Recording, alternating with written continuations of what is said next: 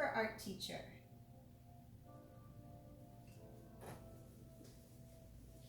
Super art teacher here. Hi, my name is Miss Eskew. I'm going to be your super art teacher today, and you're going to be my super art students. And we're going to be creating ourselves with one major superpower. So I want you to notice a few things about this picture. So I want you to notice how big the superhero is, that he's touching the top and the bottom. I want you to notice that he has one major superpower that draws your eye, that I emphasized, because we're going to emphasize one superpower. So his is obviously stretchy. So he is Super Stretch Man. See the SM? Stretch Man. So we also, in this picture, I created the illusion of depth. So depth is created when you take a flat paper and you make it look like things are far away. So you do that by drawing the big things on the bottom, medium things in the middle, and small things at the top. It's called the foreground at the bottom, the middle ground, medium, and the middle, and the background has all the small stuff. It's giving that illusion of depth. That's D-E-P-T-H, depth. And we're going to create that in our picture. We're also going to learn about the complementary colors and how artists use them to make things pop in their artwork. So here, the super suit is the complementary colors, orange and blue. And this super suit, you've got the complementary colors of purple and yellow. So, and her emphasis, her superpower is super painting. So she has her brush and she's painting across the sky. Your superpower can be anything. Maybe you have water power, ice power, anything you can imagine.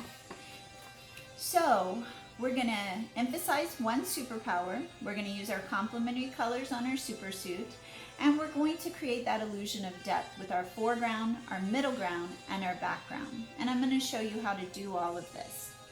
The artist that inspired me was an artist named Jack Kirby. There's Jack. He is the artist who created the Fantastic Four cartoons, the Thor, Captain America. Now, he was a comic artist, an illustrator. He worked with Stan Lee. And a comic artist is a form of art, but it's a form of art that has both words, so both text and illustration. So we're going to be comic artists or illustrators today, and you're going to create your own. I want you to go ahead and look at my planning board over here for just a second. So emphasis, so if I take all these dots, what do you think I emphasized? Yes, the red dot. So not only is it bigger, but it's a different color. I exaggerated that dot, which is what you're going to do with your superpower. Down here, I drew your complementary colors for you. So we've got purple and yellow, we've got red and green, and blue and orange. These colors don't mix well when you color them with each other, but they really pop when they're colored next to each other. So don't blend them, just color them next to each other. Okay, let's come back over here, and we're gonna get started. Okay, so let me get my papers. And now we want our super person or super hero to be bigger, or to be pretty big on our paper. I've done a lot of my superheroes vertically. That means my paper goes up and down. But this time I think I'm gonna draw horizontally. So I think what I'm gonna do is, because we need foreground, middle ground, background, right? So I think I'm gonna create, and I want you to use a crayon, because the wax in the crayon is going to resist the water when we paint our watercolor.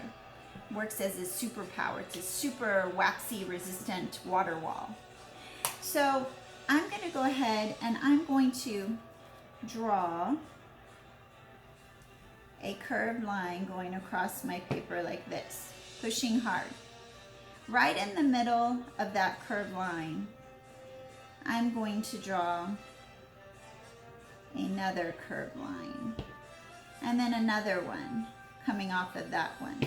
So I have the foreground, which is the bottom, I have a middle ground, and I have a background. I've created two areas that you can work with to show me small in the background, medium in the middle ground, and large in the foreground, right? Okay, so now I want to go ahead and put my superhero. And you're always able to use a pencil first if that makes you feel better. In fact, I'll go ahead and do that for you. Now, this one, let me show you. So I'm going to draw kind of a triangle. You see that? And then on the bottom of the triangle, I'm going to put two ovals. Then, right here, I'm going to curve this triangle in a little bit. Then, I'm going to take it up. I'm going to, let's see, easy way for you. Make an oval on top. There's your oval. Then you can make oval arms. Just make them kind of curvy. Oval arms. And then you can add your hands. However you want. And it's a comic, so it can have as many fingers or as little fingers as you want. And then I'm going to add a neck and a head.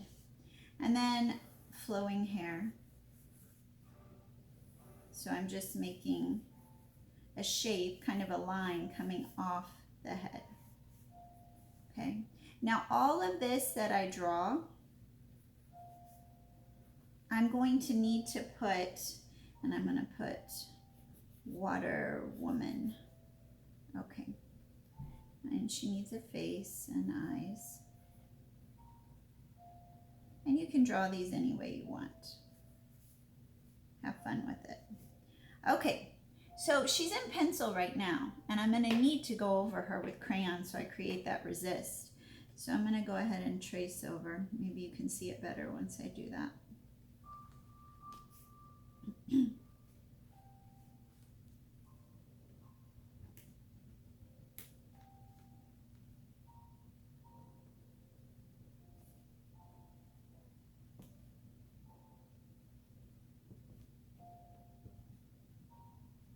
Now she's going to have water power. So I'm going to give her, I'm going to have water eventually coming out of her hands everywhere.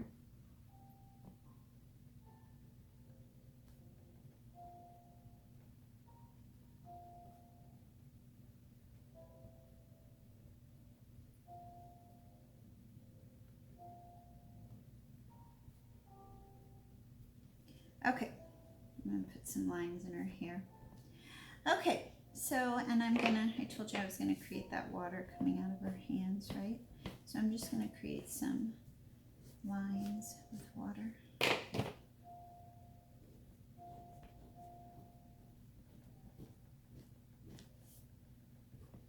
Using some different blue crayons to create that. Okay. So I've got my foreground where everything's bigger, right? So anything I put down here has to be really big. So I think down here I'm going to draw, because this is going to be the water she's coming out of. So I think I'm going to put maybe some really big fish. So I'm going to draw an oval here with a tail. So two ovals on the back, an oval on the top and the bottom. I can put my eye, and you know I can create all of this.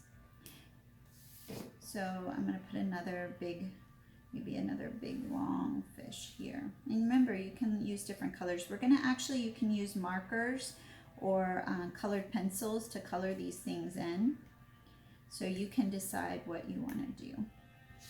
But then up here, this is in the middle ground here. So I'm going to have maybe some medium-sized buildings. Let me use a different color so you can see it. This is on the shore, so I'm going to create some doors and windows and have some medium-sized buildings.